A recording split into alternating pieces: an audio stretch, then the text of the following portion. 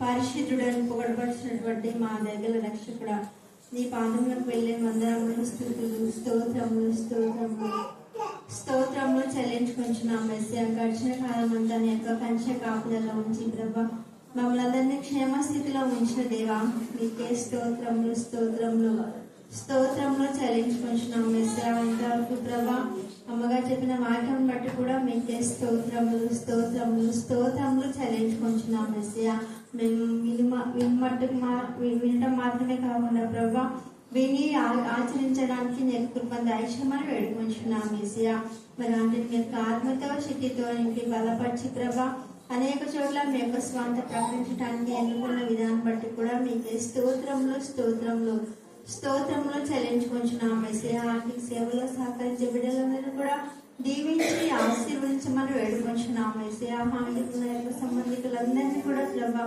దీవించమని ఆశీర్వదించమని వేడుకుంటున్నాం. మెస్సియా, మరి ముఖ్యంగా ఇక్కడ చిన్న బిడ్డలను కూడా ప్రభా మీ యొక్క ఆత్మతో శక్తితో బలపరచమని వేడుకుంటున్నాం. మెస్సియా, ఎవరు ఎలాంటి హృదయంతో వస్తున్నారో నీకు బహటంగా తెలియని యేసయ్యా, హృదయాంతరంగంలను పరిశీలించి నీతి గల దేవా, మీకే స్తోత్రములు స్తోత్రములు స్తోత్రములు చెల్లించుకుంటున్నాం. మెస్సియా, ఎన్ని తలంచినా ఏది అడిగినా ప్రభా మీ యొక్క జీతాలను మాత్రమే మా యొక్క జీతాలను నెరవేర్చమని వేడుకుంటున్నాం. మెస్సియా, ఎల్లప్పుడు యొక్క స్థలమందు చేయబడి ప్రార్థన మీద నీకు దృష్టి నిలిచిన విధానం బట్టి కూడా మీకే స్తోత్రములు స్తోత్రములు స్తోత్రములు స్తోత్రములు చెల్లించుకుంటున్నాం. మెస్సియా, ఇక్కడ చేయడం ప్రవచన జన్మలో పెద్దవాళ్ళ ప్రభా ప్రతి ఒక్కరిని మీరు దీవించి ఆశీర్వదించమని వేడుకుంటున్నాం. మెస్సియా, విద్యార్థుల కోసం ప్రార్థిస్తున్నాం. మెస్సియా, జాబ్ లేని వారి కోసం ప్రార్థిస్తున్నాం. మెస్సియా, సంతానం లేని వారి కోసం ప్రార్థిస్తున్నాం. మెస్సియా, అవివాహితుల కోసం ప్రార్థిస్తున్నాం. మెస్సియా,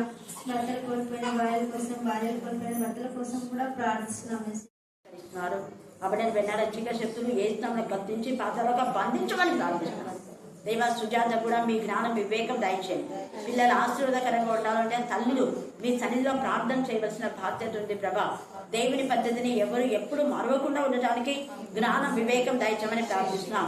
మంచి సహవాసంలో నేను కనపరచడానికి మీ జ్ఞానం కలుగచేయమని ప్రార్థిస్తున్నాం. దేవా, ప్రతి తల్లికి దేవుని భయం కలుగచేయమని ప్రార్థిస్తున్నాం.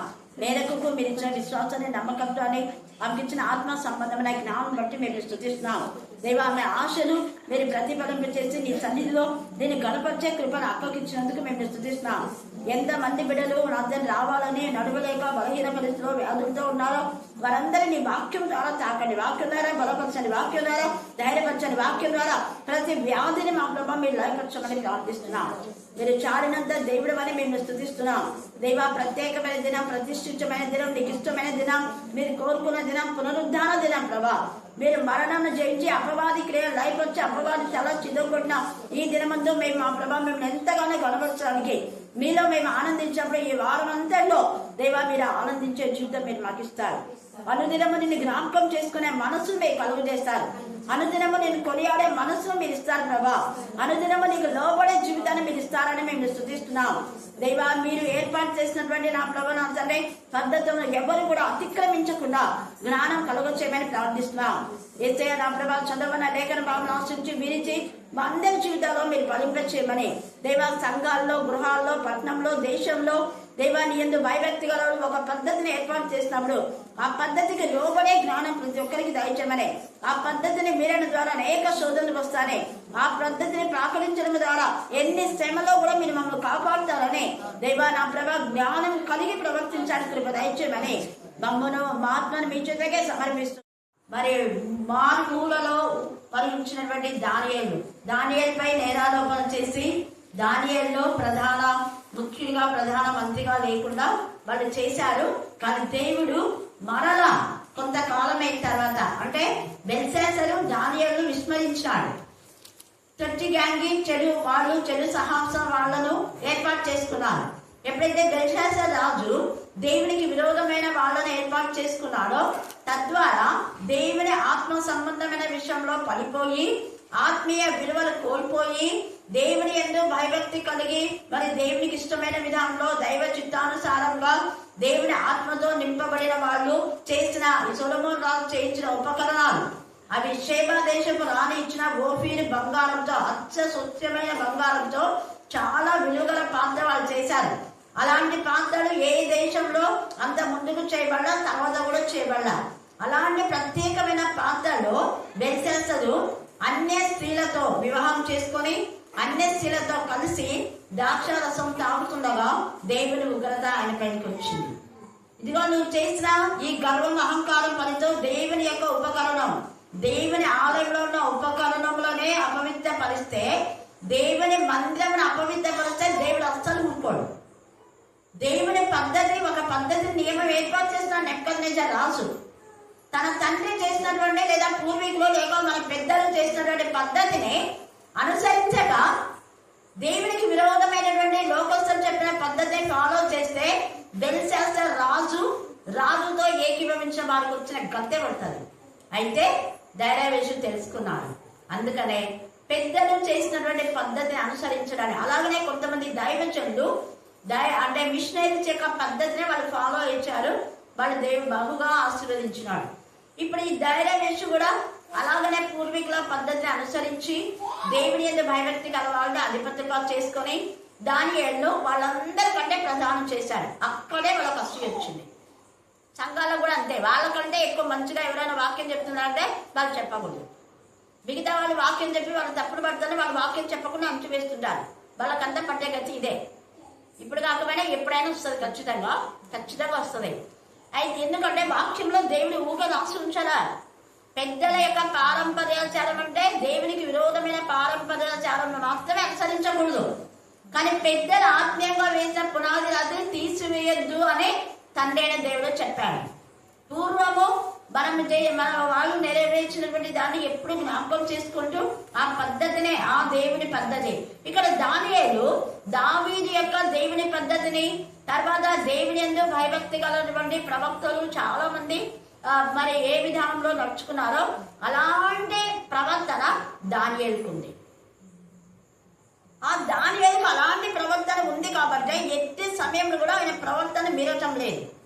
వీళ్ళకి ఏమేమో లోపం పట్టాలనుకున్నారు, కానీ లోపం ఏం దొరకల. వాళ్ళకి ఏం లోపం దొరికింది? దేవుని విషయంలో తప్ప. అది బుధవారం మంది బైబిల్ స్టడీ తీసుకోవడం తప్ప ఏ విషయంలో వాళ్ళు తప్పు దొరకల. ఏ విషయం తప్పు దొరికింది? బుధవారం మంది బైబిల్ స్టడీ తీసుకుంటే మా పాపాలన్నీ బయటపడతాయి.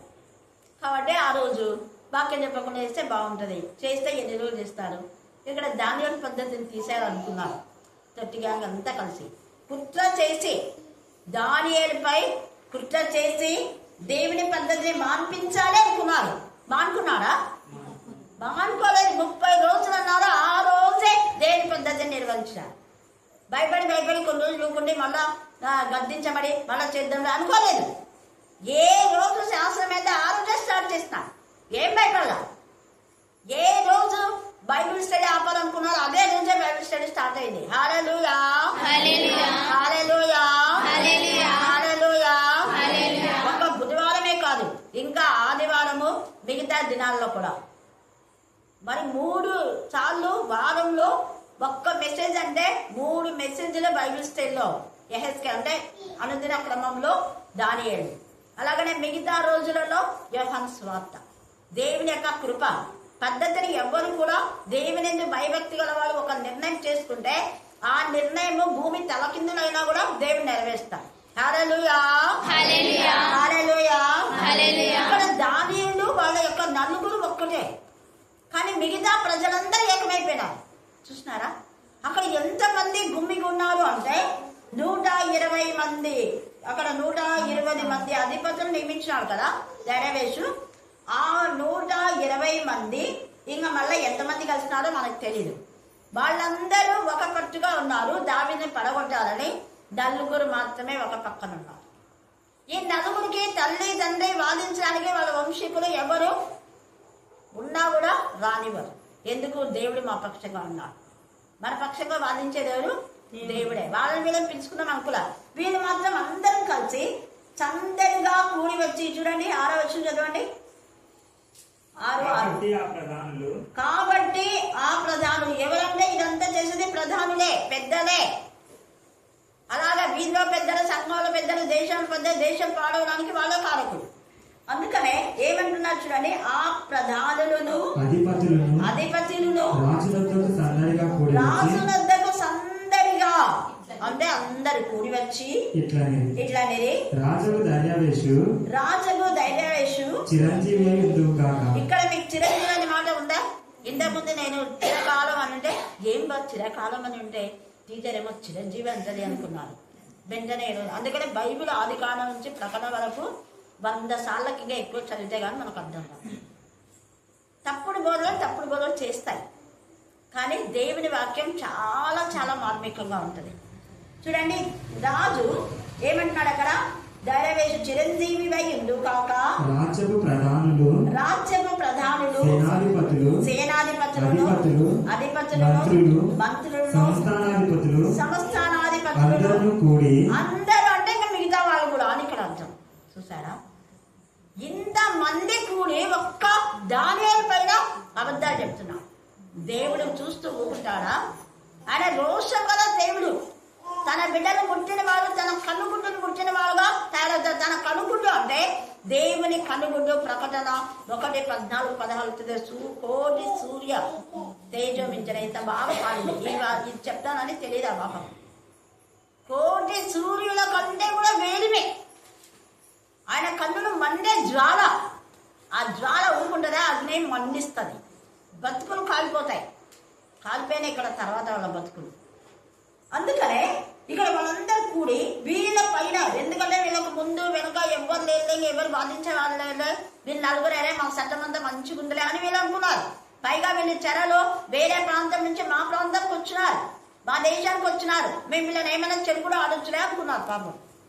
అనుకొని దావీదు పైన నేరారోపణ చేస్తున్నాడు. రాజ్యపు ప్రధానులు అందరు కలిసి ఏమని చెప్తున్నారు అంటే, రాజుగా ఖండితమైన చట్టము స్థిరపరిచి దాని శాసనముగా చాటింప చేయనట్టు యోచన అంటే తప్పుడు యోచన.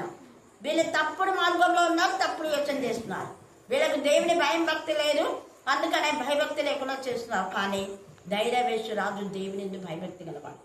వీళ్ళ ఆలోచన ఆయనకు తెలుసు, వీళ్ళు కుట్రపడుతున్నారని తెలుసు, కానీ దానియేలు గురించి కుట్రపడుతున్నారా అనుకోలే. తర్వాత అర్థమైంది. అప్పటికి ఏమనుకున్నాడు? కేవలం మంచి శాసనం మీద చల్లే అనుకున్నాం. వీళ్ళ కుట్రలో పావుగా మారినాడు.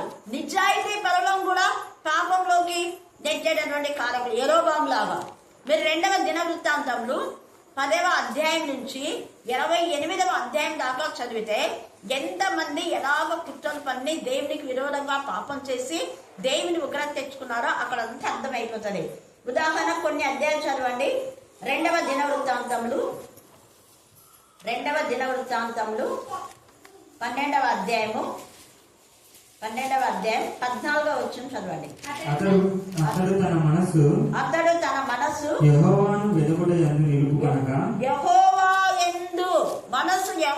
యందు నిలుపు కనుక చెడు క్రియలు చేసను. ఇది చేయడానికి కారణం వాళ్ళ తల్లి నయమ. 12వ అధ్యాయం 1 నుంచి 7 దాకా మీరు చదువుకోండి, అందుకే టైం లేదు, ఒక అధ్యాయం చెప్తున్నానే. తన తల్లి అమోనీరాలు రెహబాము ఇక్కడ చేసేటువంటి పాపం. రెహబాము దేవునికి విరోధమైన విధానంలో దావీదు యొక్క మనవడు.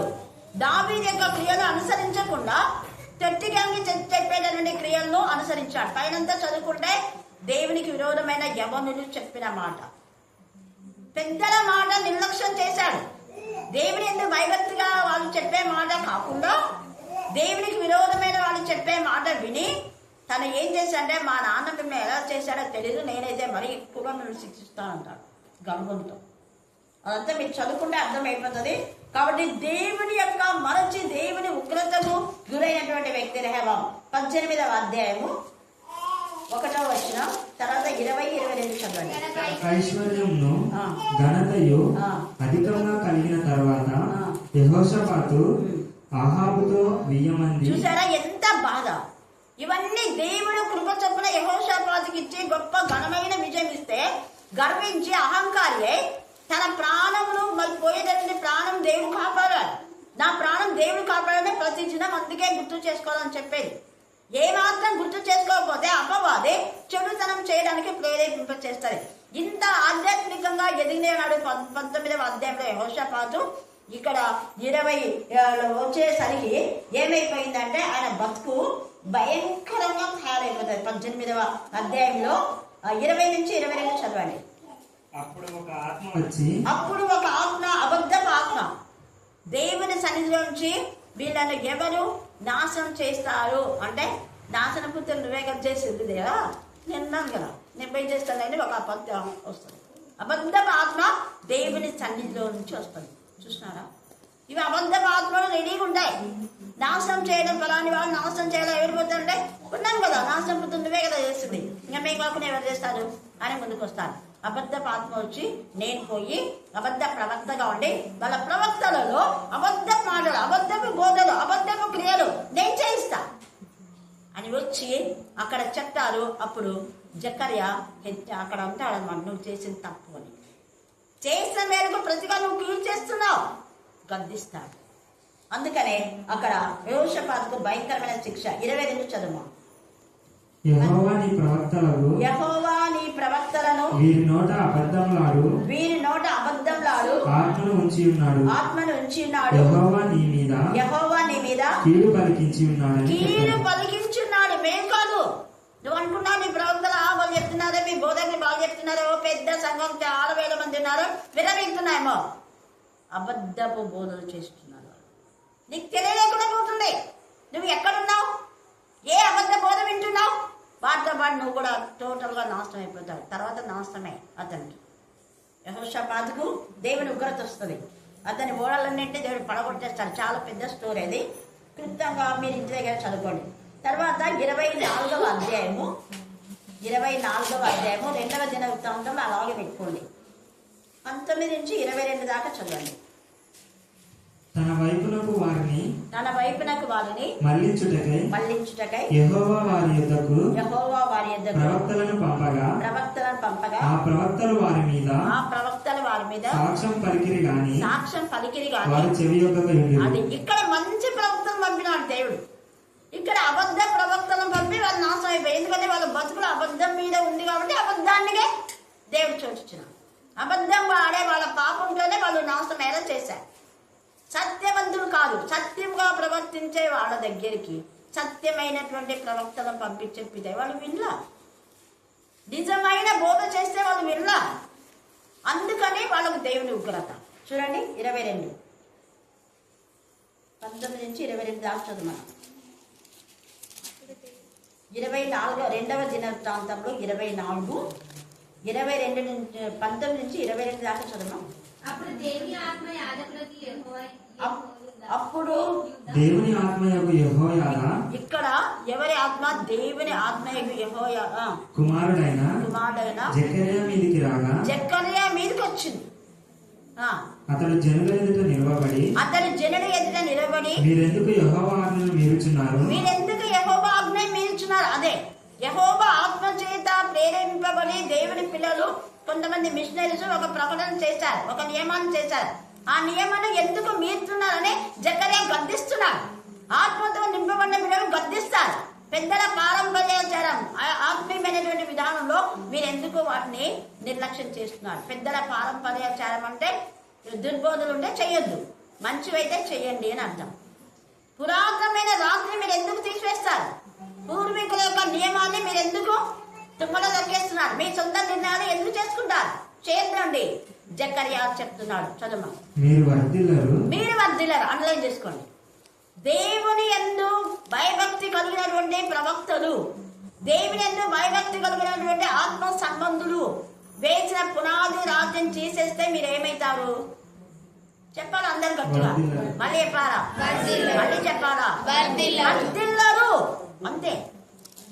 ఇక్కడ వర్ధిల్లరు అనే వాళ్ళలో మీరు దేవుని యందు భయభక్తి లేరు అని అర్థం.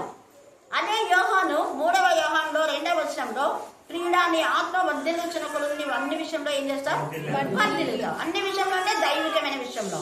ఇక్కడ దానియేలు దైవ పద్ధతిలో వర్ధిల్లుతూ ఉన్నాడు, అన్ని విషయాలు వర్ధిల్లాడు. తన దేవుని యొక్క ప్రవక్తలు చెప్పిన మాటను నిర్లక్ష్యం చేయలేదు. ఇక్కడ జకర్యా చెప్తున్నాడు, మీరెందుకు దేవుని పద్ధతిని నిర్లక్ష్యం చేస్తున్నారు? అందుకే అక్కడ మనం చూస్తే తర్వాత దానికి ఉగ్రత వస్తుంది వాళ్ళకు, ఆ రాజులకు అన్నమాట. 28వ అధ్యాయము 2వ దినవృత్తాంతములు 28వ అధ్యాయం 1వ వచనం చదవండి. ఆహాజు ఏలనారంభించినప్పుడు 20 సంవత్సరముల వాడై యెరూషలేములో 16 సంవత్సరములు ఏలెను. అతడు తన పితరుడైన దావీదు వలె యెహోవా దృష్టికి యథార్థంగా ప్రవర్తింపలేదు. అది అండర్లైన్ చేసుకోండి. దావీదు వలె, పదే పదే పదే చెప్తున్నది ఇక్కడ. దావీదు వలె, దావీదు పద్ధతిని అనుసరించలేదు. దానియేలు దావీదు పద్ధతిని అనుసరించినాడు. దావీదు పద్ధతిని ఎవరైతే అనుసరించలేదో, దావీదు ఒక మిషనరీకి సాదృశ్యం, దావీదు ఒక ఆత్మ సంబంధమైన పాస్టర్స్ కు మరి ఒక సాదృశ్యం, ఆత్మ సంబంధమైన పాస్టర్లకు సాదృశ్యం, మిషనరీస్ ఆత్మ సంబంధమైన పెద్దలకు సాదృశ్యం. దావీదు పద్ధతిని అనుసరించలేదు. ఏమైంది? అతడు ఇశ్రాయేలు రాజుల మార్గంలో యందు అతడు ఇశ్రాయేలు రాజుల మార్గంలో యందు నడిచి ఇశ్రాయేలు రాజులు చాలా మంది బయలుదేవిని అనుసరించినారు. ఆహాబు వీళ్ళందరూ కూడా, వాళ్ళందరూ నాశనం అయిపోయినారు. నాశనమైన వాళ్ళ పద్ధతిలోనే వీళ్ళు వస్తున్నారు. బయలుదేవత రూపములుగా పోత విగ్రహంలో చేయించినాడు. ఎంత బాధ చూడండి.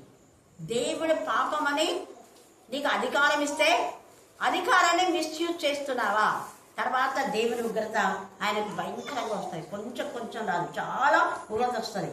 తర్వాత మనము 2వ దినవృత్తాంతంలో 10వ అధ్యాయం 14-15 చదవండి. 2వ దినవృత్తాంతంలో 10. వారికి కఠినమైన ప్రత్యుత్తరం ఇచ్చాను. ఎట్లనగా నా తండ్రి మీ కాడి బరువు చేశాను. చూడండి, రెహబాము, నా తండ్రి ఏం చేశాడు? మీ కాడి బరువు చేశాను, నేను దానిని మరింత బరువు చేస్తాను. నా తండ్రి మిమ్మును చబుకులతో దండించెను. నేను మిమ్మల్ని కొరడాలతో దండిస్తానని కొరడాలతో ఏసని కొట్టించాడు. రెహబాము యొక్క సంతతి యూదులు.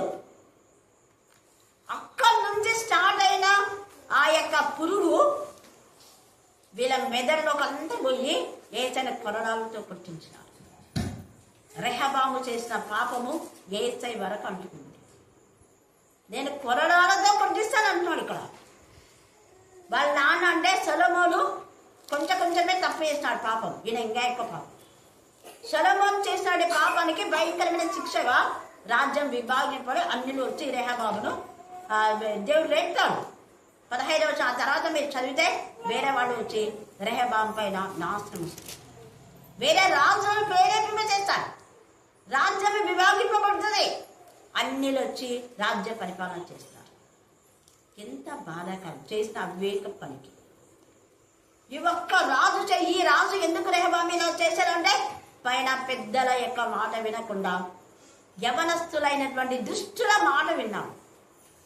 అందుకనే ఎవరైనా ఒకరు వాళ్ళ యొక్క క్యారెక్టర్ ఏంటి అంటే వాళ్ళ వెనకాల ఎవరున్నారో చూస్తే వాళ్ళ క్యారెక్టర్ అదే. వాళ్ళతో పాటు ఎవరు తిరుగుతున్నారు అంటే వాళ్ళ బుద్ధులే వాళ్ళకు ఉన్నాయని అర్థం. దేవుని యందు భయభక్తి గల బిడ్డల్ని ఆనోట్ చేస్తారు. మేరక్క దేవుని యందు ఎలాగ చేసిందో అలాంటి క్యారెక్టర్ ఉంటే అందుకనే మీకు వచ్చింది. ఆ ద్వారా మనంతా బలహీనత ఉండి నడవలేదే పోయి ఎటో చచ్చిపోతాం అనుకోవచ్చు కదా. పోయలేదు. నేను అదే అంటే సండేకే ఎటో తయారైనా కదా, కొంచెం పొగడుంటే ఏమమ్మా చెప్తివి. తర్వాత వెంటనే మళ్ళీ ఆటో పంపించి వచ్చి అక్కకు ప్రభు వల్ల ఇచ్చి మళ్ళీ అదే ఆటోలోనే పంపించాను. అక్క మాకు కూడా అర్థమైంది. హల్లెలూయా, హల్లెలూయా. అంటే ఆత్మ సంబంధులు ఎట్టి పరిస్థితుల్లో లోక సంబంధులతో ఏకీభవించారు. వాళ్ళ బోధ వినడానికి కూడా ఇష్టపడరు. తేటగా వాక్యంలో ఉంది. వీళ్ళకి నేను ఇవన్నీ అర్థమైంది కాబట్టి ప్రత్యేకంగా ఉండడానికి నేను ఇష్టపడతా. అర్థమైంది ఇప్పుడు మీకు? వీళ్ళందరూ దేవుని విరోధులతో ఏకీభవిస్తే ఇంకా అదే శాపం వస్తుంది. వేరే పాపం వేరే శాపం అవసరంలా. దుష్ట సాంకేతిక మంచి నడువేలు ఏం చేస్తుంది? పాడు చేస్తుంది. మంచి ఆలోచన ఉన్న ఆలోచన చెడగొట్టేస్తుంది. రెహబాముకు ఆలోచన లేదు. యెరోబాముకు యొక్క ఆలోచన ఇశ్రాయేలు అందరి పాపం చేయడానికి కారకుడైనాడు. ఇప్పుడు చెప్పిన ఈ అధ్యాయాలన్నీ మీరు 2వ దినవృత్తాంతంలో చదివితే అక్కడ మీకు అర్థమవుతుంది. ఇంకొక రాజు ఉన్నాడు. వీళ్ళ తర్వాతనే వచ్చే రాజు 2వ రాజులు 33 హిజ్కియా యొక్క కొడుకు. 1-3 వచనాలు చదవండి. టైం అయింది. మనష్షే ఏలన ఆరంభించినప్పుడు 12 ఏళ్ల వాడు. మనష్షే రిపెంటెన్స్ అని చెప్పి దాదాపు 15 ఏళ్ల క్రితము మీకు టీవీలో మెసేజ్ వచ్చింది. చాలా మంది ఆ మెసేజ్ ఎన్నిసార్లు విన్నారు. అక్క మళ్ళీ ఒకసారి చెప్పండి అన్నారు. నేను అన్నా ఇంకా టీవీలో వద్దు, నేను మామూలుగా నా ప్రైవేట్ ఛానలే ఉంది, దాంట్లో ఇస్తాను, మీరు చూసుకోండి అని చెప్పిన. 3 times చెప్పిండ. కానీ చెప్పిన ప్రతిసారి నూతన విషయాలు దేవుడు చెప్పారు. ఇక్కడ మనస్సే ఏదని ఆరంభించలే 16 ఏళ్ళ వాడు. ఎన్ని సంవత్సరాలు? మళ్ళీ చెప్పాలా? అండర్లైన్ చేసుకోండి. దావీదు కంటే ఎక్కువనే కదా. కానీ ఎందుకు అన్నేళ్ళు ఏళ్ళనాడు అంటే మనకు అర్థం చేసుకుంటే 9వ వచనం చదవండి. 9వ వచనం 33:9. ఈ ప్రకారం మనష్షే యూదా వారిని యెరూషలేము కాపురస్తులను మోసపుచ్చిన వాడై ఇశ్రాయేలీయుల ఎదుట ఉండకుండా అది యెహోవా నశింపచేసిన అన్ని జనుల కంటే మరీ ఎక్కువ పాపం చేస్తాడు. ఏదేదైతే సోర్స్ వేస్తారో వాళ్ళు మరలా పిలిపించుకుంటారు. ఎవరైతే అక్రమంగా ఉన్నారో వాళ్ళే నాకు కావాలంటాడు. మనష్షే భయంకరమైన శిక్ష దేవుడు ఇస్తాడు మనష్షేకు. మీరు తెరతో చదువుకోండి. 16 వచ్చింది చదవండి. 16 33:16. ఇదిగాక అతడు యెహోవా బలిపీఠమును బాగా చేసి దాని మీద సమాధాన బలులను అది ఎప్పుడు అర్పిస్తాడు? 14 నుంచి పశ్చాత్తాపం వస్తుంది. దేవుని ఉగ్రత మనష్షేపైకి వచ్చినప్పుడు మీరు 14 నుంచి 16 దాకా చదువుకుంటే అదే మనష్షే రిపెంటెన్స్ అంటే. దాని మీదనే మాట్లాడినా నేను. చదవమా. మరియు మనష్షే యెహోవా దృష్టికి చెడు నడత నడిచి యూదా వారిని పాపంలో దింపినది కాక యెరూషలేమును ఈ కొన నుంచి ఆ కొన వరకు రక్తంతో నింపునట్లు నిరపరాధుల రక్తమును బహుగా ఒలికించెను. మనష్షే చేసిన ఇతర కార్యములను గూర్చియు అతడు చేసిన దానిని అంతటిని గూర్చియు అతడు చేసిన దోషమును గూర్చియు యూదా రాజుల వృత్తాంతంలా అది యూదా రాజుల దాంట్లో రాయబడింది. తర్వాత పశ్చాత్తాపడి మళ్ళా దేవుని మందిరం 15 నుంచి దేవుని యొక్క మందిరం బాగు చేస్తారు. భయంకరంగా పశ్చాత్తాపడతారు. మళ్ళీ 2వ రాజుల్లో కూడా ఉంది. మీరు తర్వాత చదువుకోండి. హిజ్కియా తర్వాత మనష్షే వస్తుంది 2వ రాజుల్లో. అక్కడ కూడా చదువుకోండి. అక్కడ కూడా తేటగా రాయబడింది. అవే మళ్ళీ దినవృత్తాంతంలో రిపిటేషన్ అన్నమాట. కాకపోతే కొంత అక్కడ విస్తరణగా ఉంటుంది. కాబట్టి మనష్షే లాగా పశ్చాత్తాపడినందుకు దేవుడు 75 సంవత్సరం ఏడాది చేశాడు. దావీదు 40 సంవత్సరాలు. పశ్చాత్తాపం అంటే ఎంత, ఆ పశ్చాత్తాపం ఏంటంటే దేవుని పద్ధతి. ఇవన్నీ చదివినాడు కాబట్టి దానియేలు ఎట్టి పరిస్థితిలో నేను మానను, ఎలాంటి కష్టం వచ్చినా నేను దేవుని పద్ధతే పాటిస్తా. అందుకని చివరిగా చదవండి ఈ యొక్క 6వ అధ్యాయం దానియేలు 9వ వచనం 9-10. కాగా రాజుకు దర్యావేషు శాసనం వ్రాయించి సంతకము చేసెను. ఇట్టి శాసనము సంతకము చేయబడినని దానియేలు తెలుసుకొనినాను. అతడు తన ఇంటికి వెళ్ళి ఇట్టి శాసనము రాయబడింది తెలుసుకున్నా కూడా మన వాళ్ళు వీళ్ళు చెప్పకూడదు వాళ్ళు చెప్పకూడదు అని ఏమేమో తప్పుడు బోధలు రాసి సంతకాలు చేస్తున్నారు. సంతకాలు చేసినా కూడా బైబిల్ స్టడీ నిరాటంకంగా జరిగింది. హల్లెలూయా హల్లెలూయా హల్లెలూయా హల్లెలూయా హల్లెలూయా. చట్టిగాంగి సంతకాలు అవేం చల్లవని సిగ్గుతో ముఖ వికారం చేసుకోవాల్సిందే సంతకాలని. ఎవరు ఏ చేతితో సంతకం చేశారో ఆ చేతులు పడిపోయేలా చేశారు దేవుడు మన ఎదుటనే. ఊరుకోడు దేవుడు, రోషం గల దేవుడు. ఇంకా ఎవరికైనా మేము చేసినాంలే ఏం కాలేదంటే వస్తుంది ఖచ్చితంగా.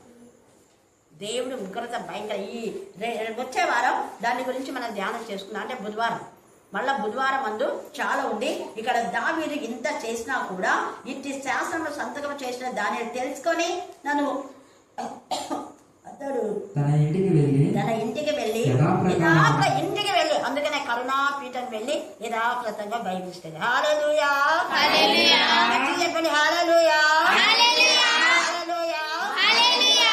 రాజ్యశాస్త్రం ఏం చేసుకుంటారో చేసుకోండి. మీ రాజ్యంలో ఉంచుతారా తీసేసుకుంటారా నాకు అవసరంలా. ఏదో పెట్టినారు కదని నేను ఉంటానన్నాను అంతే. కానీ నేను ఎప్పుడు ప్రధానిగా ఉంటాను నేను అనుకోలేదే, నేను చెప్పలేదే, నేను ఉంటానని అడగలేదే. మీరే పెట్టినారు, ఉన్నాను అంతే. కానీ మీరు రాజ్య శాస్త్రంలో ఉంచుతారా, తీసేసుకుంటారా, నాకు అవసరం లేదు. నాకు దేవుడు శ్రేష్టమైన ఇల్లు ఇచ్చాడు. ఆ ఇంట్లో నా దేవుని ఆరాధిస్తానే. ఎంత ధైర్యంగా వచ్చి దేవుని యథాప్రకారంగా స్థుతించాడు. దేవుడికి ఎంత సంతోషపడి ఉంటాడు. రాజ్యమంతా ఏకమైనా దానియేలు ఒక్కడి విజయాన్ని సాధించాడు. అందరు కలిసి సింహం బోల్లో వేసినాడో చచ్చిపోయినా. వచ్చే వారం చూసుకున్నాం. ఎప్పుడు మీరు దేవుని పద్ధతిని మానద్దు. దేవుడికి ఇవ్వాల్సిన ఘనత, ఇవ్వాల్సిన టైంతో సహా ఇవ్వండి. దేవుడు ఖచ్చితంగా అద్భుతాలు చేస్తాడు. ఇంటికి వెళ్ళి యథాప్రకారంగా అనుదినము ముమ్మారు మోకాళ్ళుని తన ఇంటి పైగది కిటికీలు యెరూషలేము తట్టుకు తెరవబడి ఉండినట్టుగా తన దేవునికి ప్రార్థన చేయుచు ఆయనను స్తుతించుతూ వచ్చేను అంతే.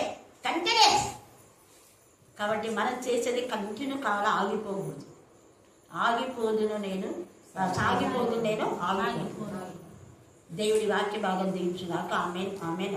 చివరి ప్రార్థన నాత్మక మనను ప్రార్థన నడిపిస్తారు. మీ పాదములకు వందనములు, స్తుతులు, స్తోత్రములు చెల్లిస్తున్నామయ్యా. ఈ ఉదయకాలమంతా కాంచి కాపాడిన గొప్ప దేవ, మీ పాదములకు వందనాలు, స్తుతులు, స్తోత్రములు చెల్లిస్తున్నామయ్యా. ఈ సాయంకాల సమయంలోనైనా కరుణామేషులో మేము చేరి ఉండగానైనా మీ కృపలో మమ్మల్ని జ్ఞాపకం చేసుకుని అడుగుతున్నామయ్యా. ఈ రాత్రికాల సమయంలో నా ప్రభా, ఎక్కడ 2-3 కూడి నా నామాన్ని ధ్యానింతురు వారి మధ్య నేనుందరని సెలవించిన నా దేవ, మా మధ్యలో మీరుండి మహిమ పొందమని అడుగుతున్నాం నా ప్రభా. ఈ రాత్రికాల సమయంలోనైనా ఇంతవరకునైనా పాటల ద్వారానైనా ఆరాధించుండగానైనా నీ కృపలోనైనా ప్రతి బిడ్డను జ్ఞాపకం చేసుకుని మహిమ పొందండి అయ్యా. చిన్ని బిడ్డలనైనా నీ ఆత్మీయ మాటలు చెప్పి ఉండగానైనా నీ రాజ్యమోదనైనా బిడ్డలు వర్ధిల్లాగా నీ కృపలో నింపమని అడుగుతున్నామయ్యా. ఈ రాత్రికాల సమయంలోనైనా అక్క చెప్పిన మాటలనైనా నీ ఆత్మీయురాలు చెప్పిన ప్రతి ఒక్క మాటనైనా మా హృదయంలోనైనా నెరవేరే కృపను దయచేయండి, మహిమ పొందండి అయ్యా. నైనా ఇంకా ఎన్ని గృహాలు దర్శిస్తుందో, ఎన్ని ప్రాంతాలు దర్శిస్తుందో నైనా అలసినప్పటికీ నా ప్రభా, ఆ తల్లిలో మీరు గొప్ప దేవ, మీ పాదములకు వందనాలు, స్తుతులు, స్తోత్రములు చెల్లిస్తున్నామయ్యా. మీ గాయపన్నస్తంనైనా అక్కలో మీరుండి మహిమ పొందుతున్న దేవా, పగలు ఎండ దెబ్బనైనా రాత్రి వెన్నెల దెబ్బనైనా తలకునైనా ప్రతి గడియలో, ప్రతి గంటలో, ప్రతి నిమిషంలో కాపాడుతున్న గొప్ప దేవ, నీ పాదములకు వందనాలు, స్తుతులు, స్తోత్రములు చెల్లిస్తున్నామయ్యా. నైనా మొదటి నెలలైనా చివరి వాసంలో మేము ఉండగా మీ కృపా సహాయాన్ని దయచేయండి, మహిమ పొందండి. నైనా నీ పాదములను పట్టుకుని అడుగుతున్నామయ్యా. ఇటువంటి కూడికలు ఎక్కడెక్కడైతే జరుగుతున్నావు నైనా అక్కడ మీరుండండి, మహిమ పొందండి అయ్యా. ఇప్పుడు నైనా వాక్యం అయితేనైనా ఏ బిడ్డ అయితే ప్రకటిస్తుందో నైనా ప్రతి హృదయంలో నెరవేరులాగా కృప చూపండి, మహిమ పొందండి అయ్యా. ప్రతి యవనస్తుని యవని కుమారుని నైనా నీ కృపలో జ్ఞాపకం చేసుకోండి అయ్యా. దేవా, ఇక్కడ వచ్చిన ప్రతి బిడ్డలలోనైనా ఏ సమస్యలు ఉన్నామనైనా ప్రతి బిడ్డ సమస్యలను తొలగించండి, కృపలో జ్ఞాపకం చేసుకోండి. ఇంతవరకు నైనా మీరు చేసిన ప్రతి ప్రార్థనలు మీరు మహిమ పొందమని, నేను అవన్నీ మహిమ తెచ్చుకోనమని, ఘనత, కీర్తి, ప్రభావం పొందుకునమని యేసు పరిశుద్ధ నామమున ప్రార్థించి స్తుతించి వేడుచున్న పరమ తండ్రి, ఆమేన్.